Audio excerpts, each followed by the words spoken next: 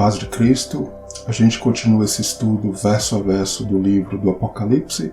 A gente volta aqui no capítulo 1, a gente parou aqui no verso 5, a gente continua a partir do verso 6. Lembrando, muito importante, que Apocalipse significa revelação ou manifestação. Então, esse trabalho de Cristo que vai revelando Ele mesmo a nós, a igreja, e ao mesmo tempo vai revelando o iníquo, como Paulo falou em Tessalonicenses, a igreja vai entendendo quem é o iníquo, e a gente vai falando mais sobre essa questão do iníquo também. E é isso uma das coisas que os selos vão revelando também, assim como as trombetas, as taças.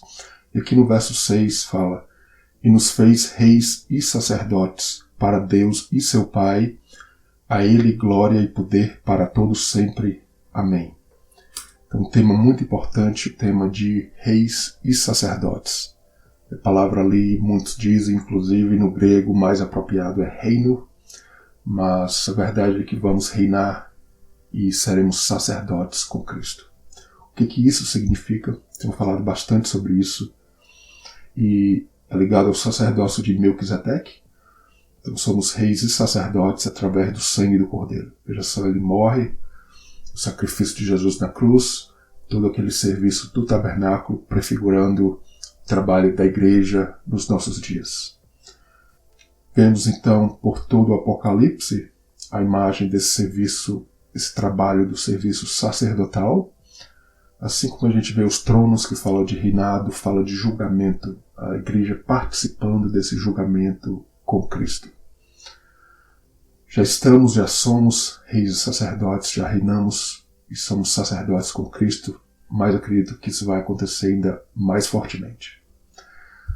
Como a gente sabe, o rei julgava ali no seu trono, o julgamento, a gente vê toda essa tipologia no Antigo Testamento, e no Apocalipse a gente vê isso também.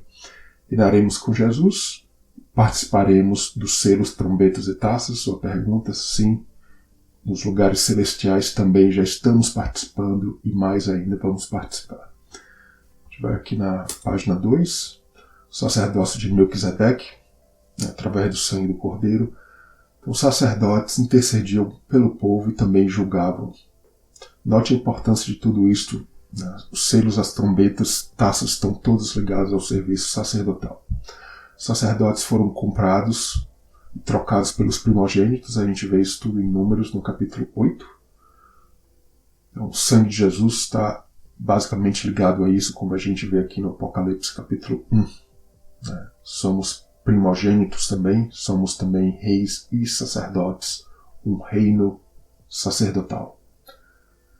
A base de tudo isso vem de Êxodo, no capítulo 19, verso 6, na verdade todo aquele contexto de Moisés no Monte Sinai com o povo. E tudo isso é aplicado à igreja. Em 1 Pedro capítulo 2, verso 5, ele fala que somos edificados casa espiritual e sacerdócio santo. Nós já somos reis e sacerdotes desde agora, mas acredito que mais ainda nos lugares celestiais. Claro, quando fomos desse mundo para o próximo, para a presença plena de Deus. E alguns versos aqui no Apocalipse e também em Coríntios que fala sobre isso. No capítulo 5 do Apocalipse, para nosso Deus os fizestes reino, reis e sacerdotes, e eles reinarão sobre a terra. Essa promessa aí mais uma vez. Apocalipse 20, verso 6, para nosso Deus o fizeste reino e sacerdotes, e eles reinarão sobre a terra.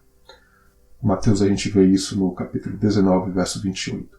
Jesus disse-lhes: em verdade vos digo, na regeneração o Filho do Homem vai se assentar no trono da sua glória, também vós assentareis sobre 12 tronos, para julgar as 12 tribos de Israel. Isso tudo a gente vê aonde? No próprio livro do Apocalipse. E a gente vai ver mais e mais isso. 1 Coríntios 6, Paulo vai falar: não sabeis vós que os santos hão de julgar o mundo? E havemos de julgar os anjos, anjos ou mensageiros. Então, ali um probleminha ali na igreja de Coríntios, ele alertando sobre isso. Então, tudo isso a gente vê realmente no livro do Apocalipse. E aqui no verso 7, eis que vem com as nuvens, e todo olho verá, até os mesmos que o traspassaram, e todas as tribos da terra se lamentarão sobre ele. Sim, amém. A gente vê aqui nas nuvens o significado das nuvens. Então, a nuvem é um lado simbólico que a gente vê desde o Antigo Testamento, tem muito detalhe sobre as nuvens, a subida do crente nas regiões celestiais, que já acontece de agora a um certo nível. E a gente vê a nuvem relacionada à glória de Deus, Mateus 17, no verso 5, a transfiguração de Jesus. Veja só, um evento realmente de profecia que fala da transfiguração de Jesus e fala da igreja também, quando da vinda de Cristo. Nossos rostos ali transformados como Jesus. A gente vê em Mateus 17, uma nuvem luminosa os cobriu. Em Lucas 1,35, no anúncio da vinda de Jesus para Maria, descerá sobre ti o Espírito Santo, a virtude do Altíssimo te cobrirá com a tua sombra. Essa parte de cobrir, que como muitos chamam é a própria glória de Deus, a Shekinah mesmo ali, a palavrinha ali nesses 2 versos em Mateus e em Lucas. E a nuvem também fala de fiéis testemunhas, a gente vê isso em Hebreus no capítulo 12, verso 1, então grande nuvem de testemunhas. Fala de dilúvio também, o julgamento que vem sobre os crentes, a igreja e sobre o mundo também. Em várias passagens do Antigo Testamento a gente vê isso. O dia do Senhor, um dia de escuridão e tudo aquilo. No Monte Sinai também, Moisés ali, o povo, nuvem, vários símbolos da vinda de Jesus. Falei bastante sobre isso. E está ligado ao Santo dos Santos, a glória de Deus que sempre vinha ali como a glória, a fumaça ali do Santo dos Santos. A transfiguração. A glorificação de Jesus simboliza a glorificação dos crentes, que acontecerá e tipifica a vinda de Jesus.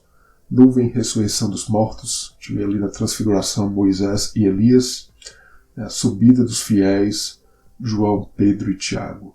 Inclusive na transfiguração é o rosto ali de Jesus ali transfigurado. Lembra ali da ligação com a bênção sacerdotal, ali no livro de Números, rosto de Deus brilhando sobre nós. Uma coisa lindíssima porque realmente fala de um sacerdócio também. Essa nuvem, a gente avança aqui para olho, todo olho verá. O que significa isso? Mateus 24, alguns versos aqui, a partir do 26. Portanto, se vos disserem, eis que ele está no deserto, não saiais. Eis que ele está no interior da casa, não acrediteis. Porque assim como o relâmpago sai do oriente e se mostra até o ocidente, assim também a vinda do Filho do Homem. A vinda de Cristo, a vinda do Filho do Homem, será para todo olho ver. Mas a questão é como isso acontecerá. Hebreus 12, Deus fará céu e terra tremerem, fazendo o mundo tremer para que apenas as coisas do reino de Deus permaneçam imóveis.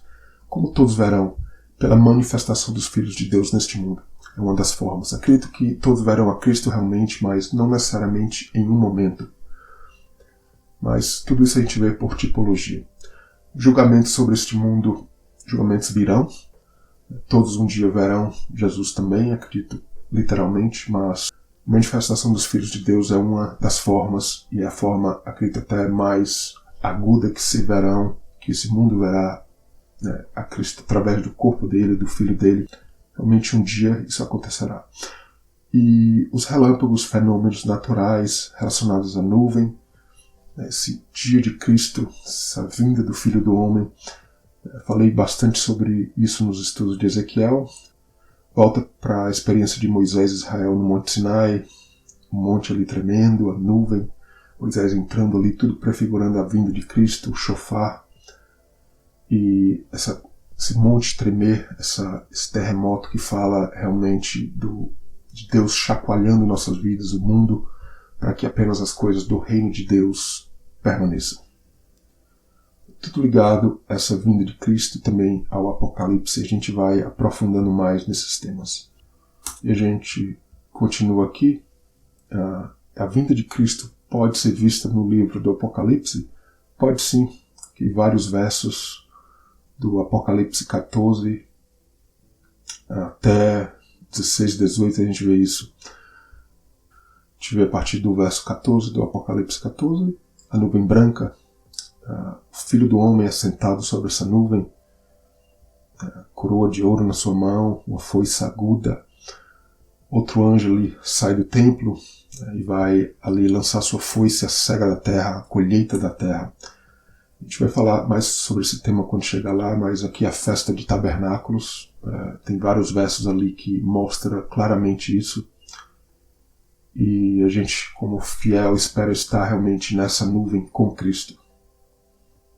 É uma simbologia da nuvem, na verdade, que mostra vários temas de julgamento sobre essa terra. A terra foi cegada, realmente a colheita. E a gente vê logo em seguida aqui, fala das taças. Eis que venho como ladrão, veja só, lembra ali de Mateus, todas as palavras de Jesus. Bem-aventurado aquele que vigia, guarda suas roupas. Então essa vinda do Filho do Homem. A gente espera estar vindo aqui com Cristo a partir desse momento. Já, e a gente vê em outros momentos também no livro do Apocalipse. E Apocalipse 18, verso 9, e os reis da terra que se prostituíram com ela e viveram em delícias, a chorarão e sobre ela prantearão quando virem a fumaça do seu incêndio. A gente vê também aqui ligado às taças, final, julgamento sobre esse mundo e sobre os infiéis. A gente espera, como falei, estar presente, na verdade não nessa terra, mas realmente nos lugares celestiais e fazendo a obra de Deus dessa forma. Verso 8. Eu sou o Alfa e o Ômega, o princípio e o fim, diz o Senhor, que era o que há de vir, Todo-Poderoso. Esse primeiro e último é algo bastante profético. A gente volta ao livro de Isaías, onde, a partir do capítulo 40, principalmente, fala muito sobre isso. E tem uma forte ligação com as trombetas e as taças. Liga-se à história da criação, o livro de Isaías, todo esse contexto de novo céu, nova terra. Lindíssimo isso que a gente vai falar mais na frente. Primeiro e último é a obra de Deus em nossas vidas, toda a ligação com o livro de Isaías. O contexto é Deus sendo o primeiro e último, não existe outro. Os ídolos vêm e vão, e tem uma obra que Deus está fazendo em nossas vidas. Ao invés do ídolo, todo o contexto ali do livro de Isaías que a gente vai passar e vai estudar mais a fundo mais na frente, quando vê os selos, as trombetas. Primeiro e último fala das letras do alfabeto hebraico, o alfa e o ômega no grego. Na verdade, no hebraico, a gente vê o aleph e o tav, a primeira e a última. É um trabalho, as letras no hebraico têm todo um significado, cada uma delas. E Tav é o trabalho da cruz, é a marca que a gente vê ali no livro de Ezequiel, aquela marca ali na testa, bem similar à marca nos 144.000. Deus quer fazer esse trabalho nos 144.000, na igreja, na noiva, e quer fazer no mundo inteiro também. E aqui a gente vê no final do Apocalipse, está cumprido, eu sou o Alfa e o Ômega, o princípio e o fim. Veja só, é o cumprimento desse projeto. João ali no capítulo 19, verso 30, Jesus vai dizer ali na sua morte, ali, logo antes de morrer, está consumado. Ali ele entrega o Espírito. Essa consumação de um projeto que a gente vai falar mais sobre isso aqui no Apocalipse. Na página 2, as referências ao livro de Isaías, a partir do capítulo 40, como eu tenho falado, e a gente vê alguns versos aqui do Apocalipse e também de Isaías. No verso 8 do capítulo 2 de Apocalipse, ao anjo da igreja em Esmirna, diz o primeiro e último, que foi morto e reviveu. Veja só, primeiro e último ligado à morte e à vida. Ele quer renascer em nós, levar para fora o estado anterior de morte. Em Isaías 41, verso 4, quem operou e fez isso, chamando as gerações desde o princípio? Eu, Senhor, primeiro e com os últimos, eu mesmo. Isaías 43, verso 10. Vós sois as minhas testemunhas, diz o Senhor, Yahweh, meu servo a quem escolhi.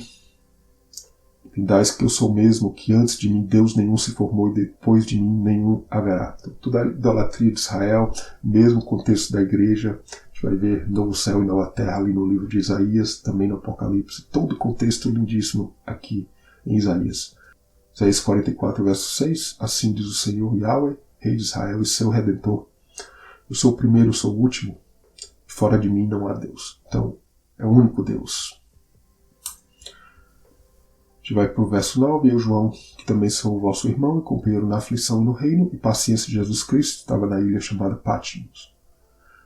Estava na ilha chamada Patmos por causa da palavra de Deus e pelo testemunho de Jesus Cristo.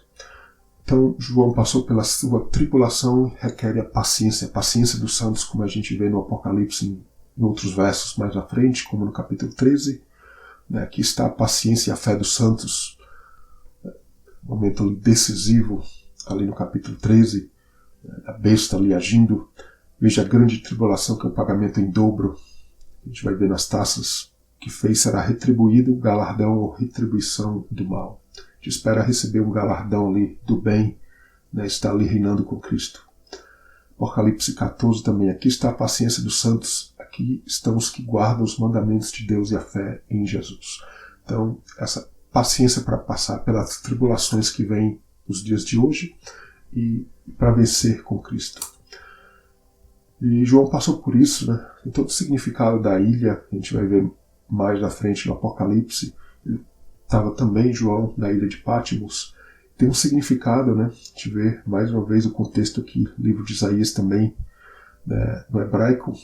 Ilha significa também costa, lugar, uma terra firme, lugar habitável e desejável, lugar de descanso. Mas nosso refúgio é apenas em Deus. Refúgio das águas elevado. A ilha, na verdade, seria um monte na água, ligado a mercadoria e comércio, ali. Comercialização ligada a comércio. Várias ilhas, vários locais ali de comércio. Lugar de espera, paciência, longe. Estamos, de certa forma, longe de alcançar a bênção, mas a gente espera com paciência. Muitas vezes em terras distantes, mas com fé no caminho. Isso é o início da divisão dos povos em Gênesis, no capítulo 10, verso 5. Daí a gente vê vários versos ligados à ilha. 42, aqui no capítulo 42, não faltará nem será quebrantado, até que põe na terra a justiça e as ilhas aguardarão a sua lei. No verso 10 do capítulo 42 ainda, cantai ao Senhor um cântico novo, seu louvor desde a extremidade da terra. Vós ilhas e seus habitantes, ligado ao mar, também começa, como falei, Apocalipse capítulo 6, verso 14, o céu retirou-se como um livro que se enrola e todos os montes e ilhas foram removidos dos seus lugares. O selo removendo os montes e ilhas dos seus lugares. Como eu já falei, esse terremoto, esse tremor, Deus está movendo o mundo, várias coisas acontecendo, na verdade, nesses dias, e Deus quer realmente trazer o mundo e o seu povo, principalmente, inicialmente, à presença dele. Apocalipse capítulo 16, verso 20, toda a ilha fugiu e os montes não se acharam. Tem uma ligação de ilha com montes, Ilha, na verdade, é um monte ali submerso, que fica ali uma parte de fora d'água, e um lugar de refúgio, mas nosso refúgio é em Deus. Esse dilúvio que vai vir, Deus vai ser o nosso refúgio. Gênesis no capítulo 10, verso 5, por estes foram repartidas as ilhas dos gentios nas suas terras, cada qual segundo a sua língua, segundo suas famílias, entre as suas nações. Ali Gênesis 10, onde as famílias vão se espalhar na terra depois do dilúvio, bastante importante, As ilhas ou as terras dos gentios ali, as terras ali próximas às ilhas.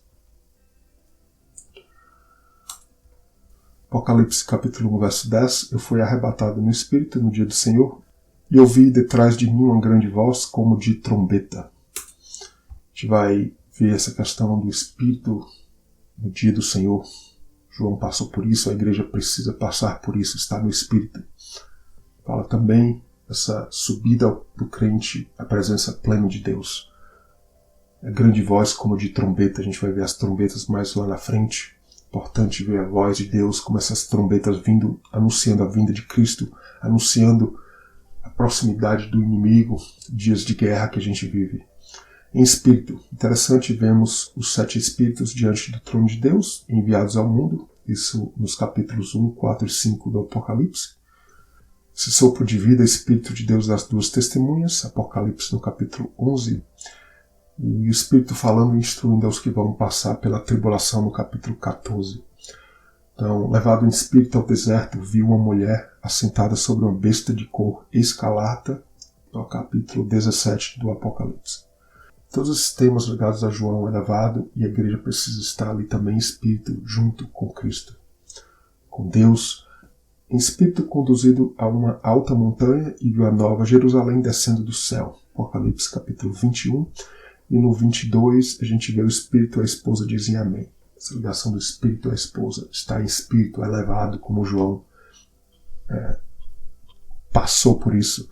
É muito importante, veja só, a ligação do Apocalipse. A gente vai fazendo isso, ligando as palavras, os versos. A gente vai ver isso, coisas grandiosas à medida que a gente vai avançando, porque o Apocalipse está todo ligado entre si e com outros trechos e textos do Antigo e Novo Testamento. Todas essas ligações, assim como outras coisas como serão reis e sacerdotes, apontam para os crentes, né, participando desse julgamento, nas regiões celestiais, e já desde agora também, para a conversão deste mundo, né, e trabalho com Cristo. No contraste a outros espíritos imundos, como a gente vê em Apocalipse 13, né, a imagem da besta, espírito ali, e capítulos 16 e 18, também espíritos imundos. A gente vai aqui na página 2, fala dessa questão do dia do Senhor. Muitos pensam se tratar do domingo, o dia que Jesus ressuscitou.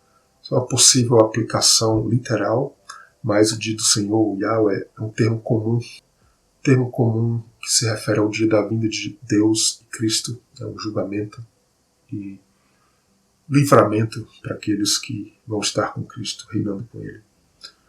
Então fala no Antigo Testamento em vários locais, Joel capítulo 2, Amós capítulo 5, Isaías 2 e vários outros locais, é um dia de realmente julgamento, um dia tenebroso, de escuridão.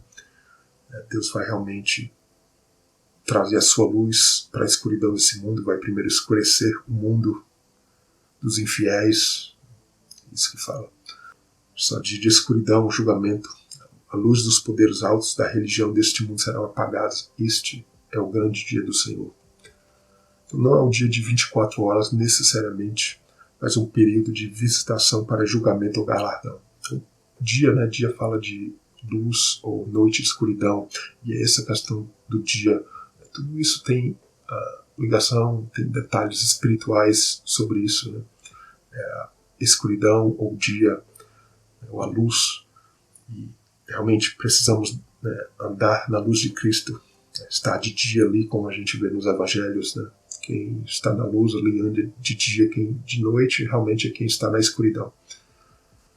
Também no Novo Testamento a gente vê esse tema do dia de Deus, o dia de Yahweh, o dia de Cristo, 2 Coríntios capítulo 1, Mateus 24, Mateus 25 também. A voz da trombeta é interessante que ela pode ser ouvida por nós já desde agora, né? Os selos vão sendo abertos, a gente vai vendo, né? E realmente a trombeta fala de sacerdócio, de um aviso contra o inimigo, e anuncia a proximidade da vinda gloriosa de Cristo, e a igreja está atenta, né, quanto às coisas que não são realmente do reino de Deus. A gente continua em seguida, a gente para aqui no verso 10 e continua em seguida.